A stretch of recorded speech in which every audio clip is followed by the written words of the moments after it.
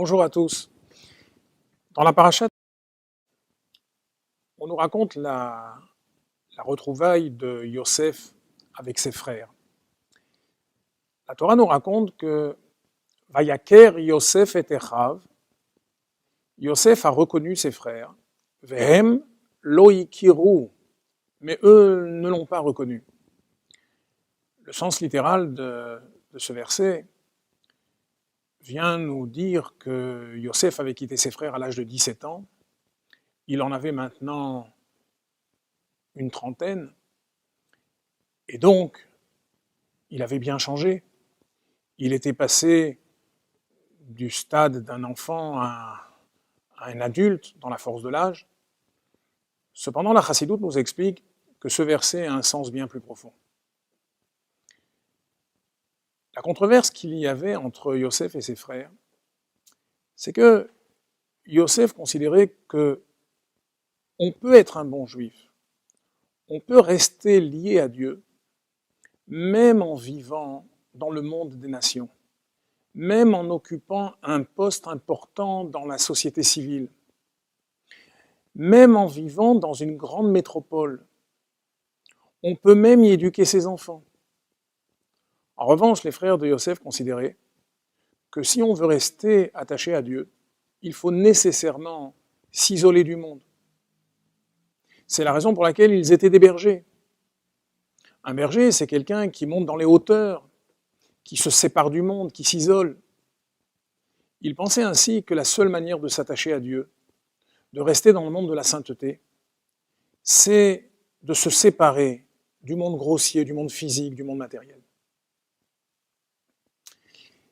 Yosef, lui, était en train de faire la démonstration qu'il avait raison. Il l'avait déjà prédit dans ses rêves, tel qu'on nous l'a raconté la semaine dernière. Et lorsqu'il retrouve ses frères, lui les reconnaît, mais eux ne purent le reconnaître. Ils ne pouvaient pas penser un seul instant que Yosef put être resté intègre, un tzaddik, quelqu'un d'attaché à Dieu, en ayant un poste aussi important, aussi lourd de responsabilité que celui qu'il avait.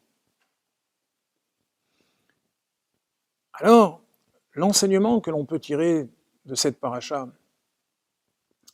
c'est qu'en réalité, pourquoi Yosef a raison? Parce que l'objectif de la création, l'intention divine, n'est pas qu'on le serve simplement dans le domaine de la kedusha, de la sainteté. Il ne suffit pas que nous soyons de bons juifs dans nos intérieurs, dans nos synagogues, dans nos maisons d'études. Dieu veut qu'on le serve justement dans les niveaux les plus bas, dans les actes les plus quotidiens, dans notre vie professionnelle.